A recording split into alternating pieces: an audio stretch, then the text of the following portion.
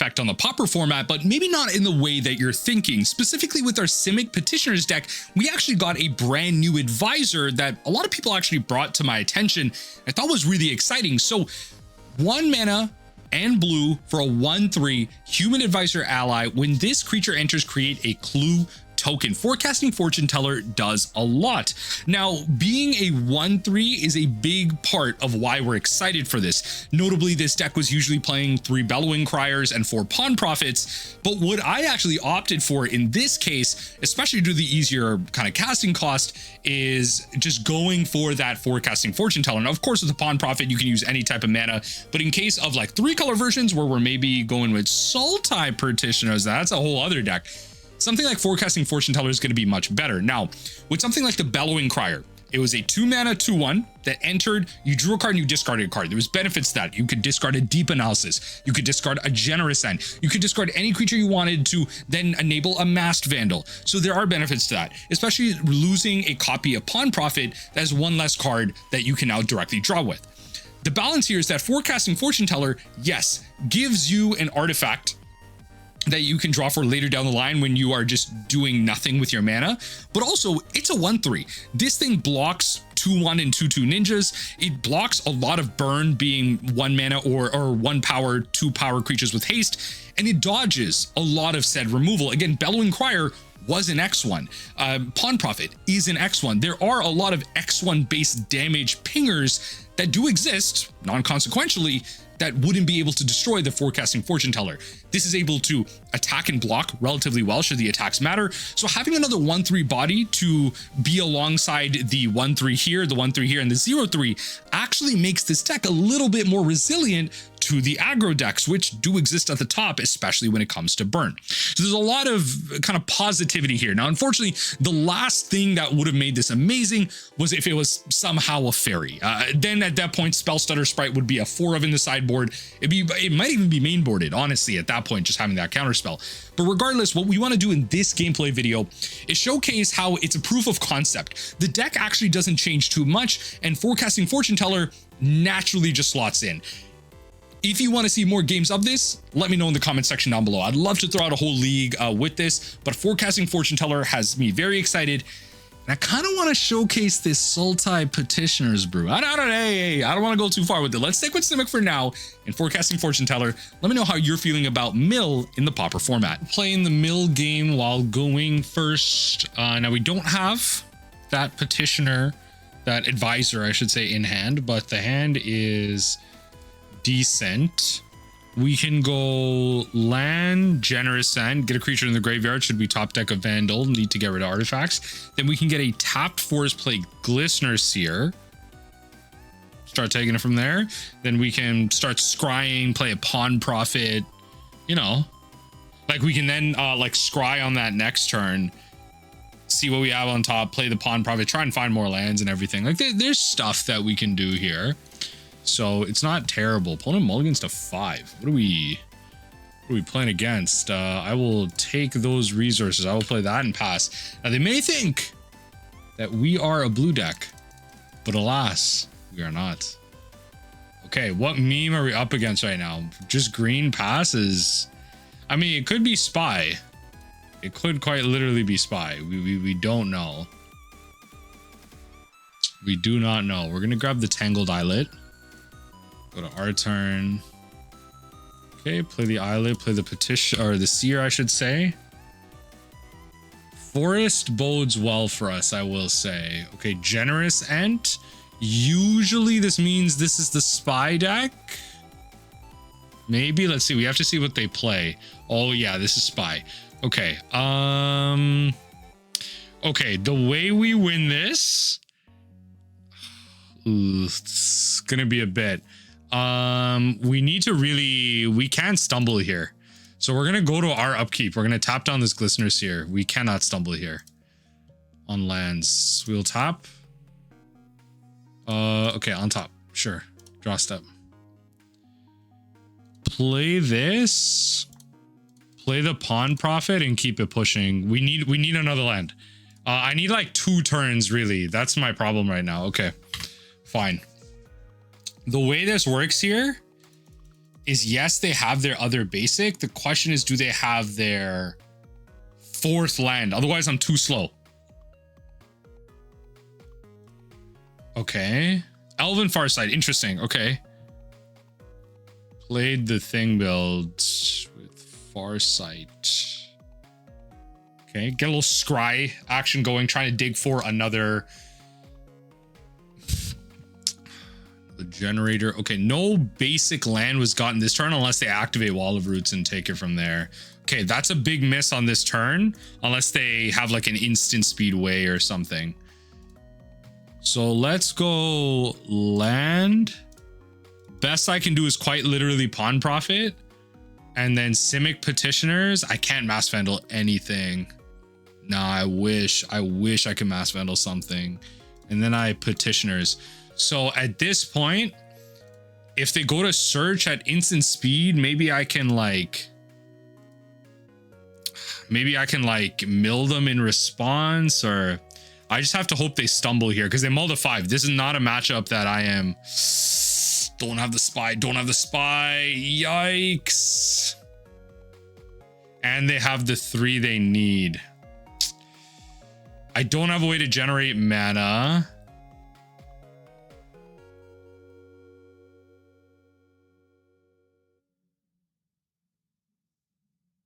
I think I just lose overall.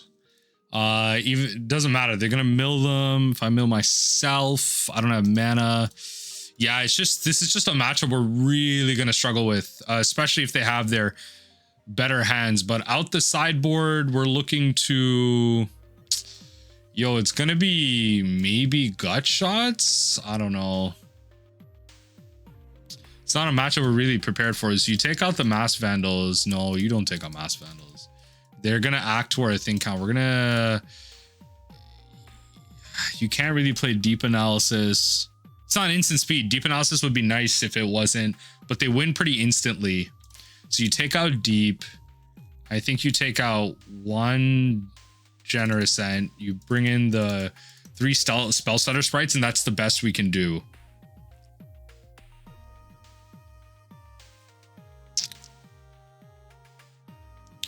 Trying to think, like, there's not many hard target instant spells. Not really going to work here. Things of sorcery. Yeah, we are not prepared for this matchup, but you know, let's see if our new advisor can help us at all. Let's see.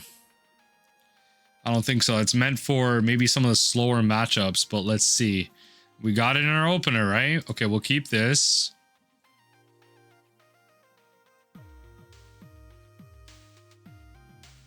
So we can go Seer into forecasting Fortune Teller. I don't know. We just have to hope to beat them. That's the thing. They're going to mulligan deep. Like they won that on a mull to 5. They found what they needed. Good for them. You know, a little unfortunate, but it is what it is. So they kept a 6, which honestly is scary. Well, let's see.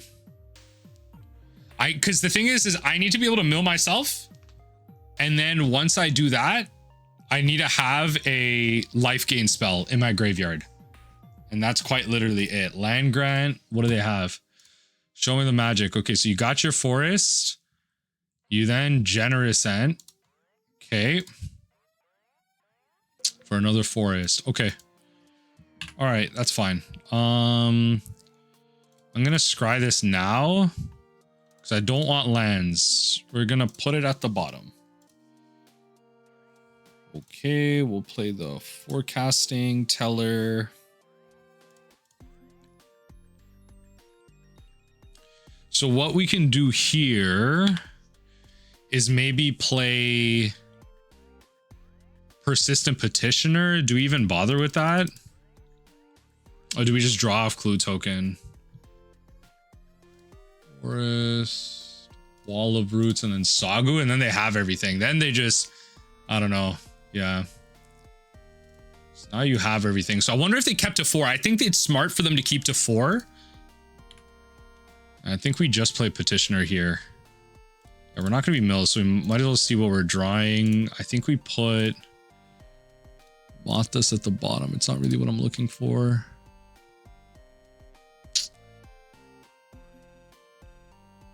Oh, actually, yeah, wait, now that I drew Mothdust, it actually makes sense. Wait, Mothdust is actually really good, all things considered, but then I tap this. I didn't think about the Mothdust line. I didn't think about top decking Mothdust. It's the same thing then. I'm not milling them at all. So I go Petitioner.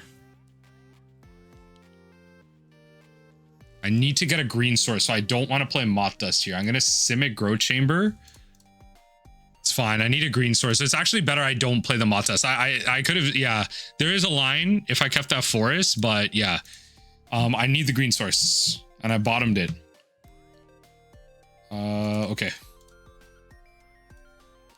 I mean, it's nice to have a 1-3 versus aggro. I will say it is really nice to have a 1-3 versus aggro. But it's just the speed at which we get there. Because now both of these are in their hand. Now they could just top deck it and win right. Well, they can't really win right here. They need 3 creatures. So that is one big benefit that we have. So they used the Sagu. They played a forest.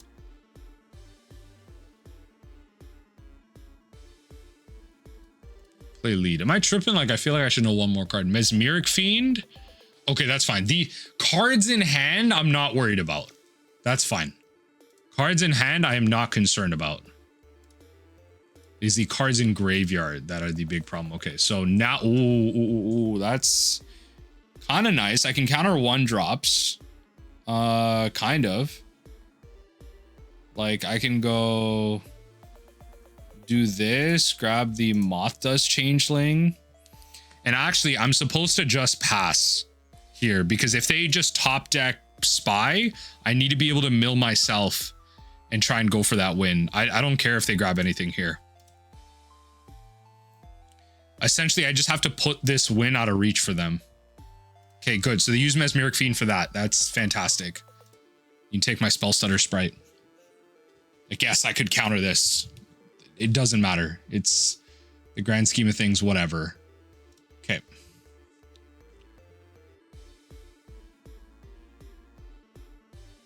Okay.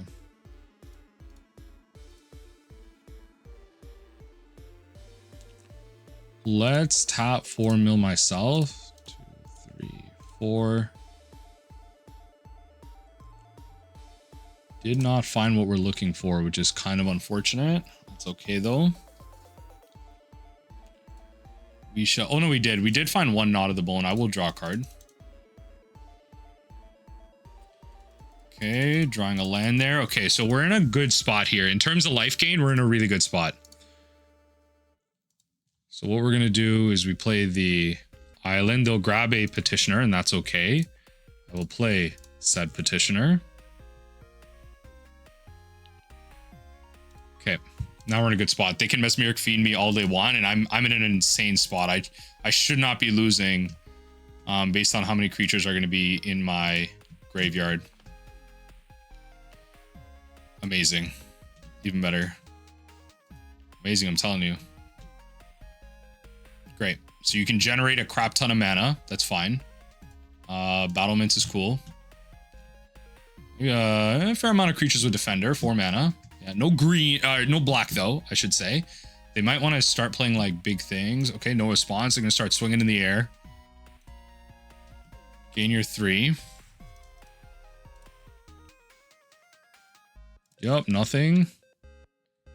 We're going to go to end step. We are going to mill me 1, 2, 3, 4.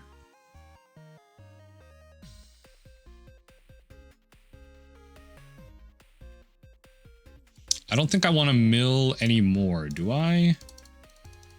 Just flashback and just gain a crap ton of life here. I'm at 46. Yeah, you have 44 cards. I'm not winning off of you reanimating things. So now I can start turning that towards them, which is fantastic. So just in case, we are going to be holding that up. Like Knot of the Bone is available if I just Winding Way here, and that's fine. We're going to try and look for creatures here. 1 Petitioner is fine. We will just pass the turn from there. I can mill them for 13 cards a turn. I'm at 46 life. We'll just go end step, mill you. And I can hold up the life gain. This is it. we managed to kind of speed up. So I should probably move my, I'll move my camera a bit so y'all can see the battlefield. Move my camera a bit. Okay. You do what you need to do. Swinging in for 3. It's a clock. Yup. 4 mana. Oh, a bunch of mana. Troll of Khazad Doom? That's fair. Troll works. I think you need 1 more mana. Oh, okay. All right. Sure. Create a food token. Yeah. All right. There you go. So you get that into your graveyard. That's fair. Now what we're going to do is we are going to tap mill you for 1. And then activate tap mill you for a bunch more. Right. And we are getting there. I have 1 more scry. I'm kind of going to leave that up. Available. That's it. That's the plan, folks. That's the plan. Okay, we are going to be able to mill them out. The 1-3, you know, the 1-3 does matter here. The 1-3 does matter here. There'd be a world where this is a 2-1. Opponent, what are we doing here? We're milling a crap ton of cards. Winding Way. I mean, all right. You're decreasing at this point. I don't know. Decreasing the amount of options that you can move forward with. So are they going to cast? They're going to cast a Balustrade Spy. Okay. All right. Balustrade Spy it is. Okay. Who is getting milled? Me? Because that's actually a valid line too. You're getting milled. Okay. Do you have like multiple? You need like multiple dread returns. Okay, that's how I would see this. Okay. Do you have multiple dread returns? You have 2, so I just have to see how much the first one does. Do you have 2? You have 1. No, you have 2. Okay.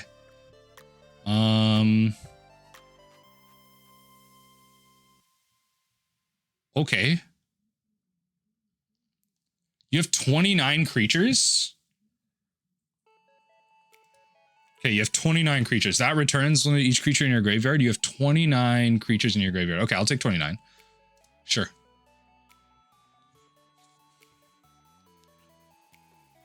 Now do that again. I don't know how you're going to win, but do that again. You have to have a Sagu Wildling here. That's what you have to have, and then even then I can mill it. Yeah, so I'm going to go Gnaw to the Bone in response to this so that you can't... Yeah, I'm going to go Gnaw to the Bone in response to this. 13 creatures. Yeah, I'm at 41 again. Yep. So you're going to bring back the other Lotleth. Yeah, so you have to have Sagu Wildling to be able to shuffle your deck again. Right? But then I can mill it. Yeah, just... That's it. That's literally how I went. So you have to be faster than that, and they definitely can, which is the scary part. But there's no way I'm stopping anything else. I don't have. I ain't got no graveyard hate. That's not what we're out here to do.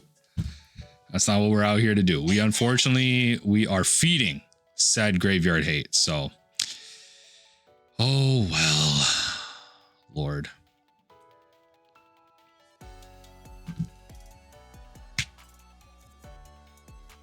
Okay. All right. All right, Canoes. You're on the play. You're on the play. So, in terms of game log, I'll let y'all know. Here, you know what? I'll move myself just so you see as well. Opponent mulls. You're supposed to keep these. You're supposed to keep these. You mulled a 5. Let's go. Like, literally, let's go. We're only winning because our opponent's mulliganing. Our forecasting fortune teller, like, I don't know, not really the most useful in this matchup, but it does do something. Okay, first main. Okay, let's go back to this cam angle. I mean, yo, troll grabs their thing. That's not bad.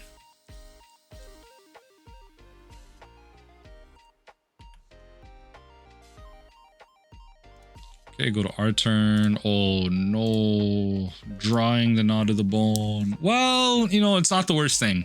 It's actually not the worst thing in the world. I'm pretty sure. How do I want to curve this? I go Forecasting Fortune Teller. No, you go Persistent Petitioner, not the Fortune Teller. They're finding their thing. Okay. Yeah, I don't want to get Mesmeric Fiended, so I'm pretty sure I just cast Petitioners and then they can take one of the Gnaw of the Bones. Yeah, I have to play the Petitioner. Turn after that, I could actually play... Yeah, life's not gonna... Like, their life doesn't matter in any way, shape, or form. My life does, but not theirs. Did we play Tangled Islet? Oh, so they have all their lands. Okay. That's scary. Just what else do they have at this point? Okay, Mesmeric Fiend, good. So they'll probably take Gnaw to the Bone. Might even take Forecasting, because it's just like one less advisor that I have. So that's actually a pretty legit line. Yeah, I agree. Pretty legit line.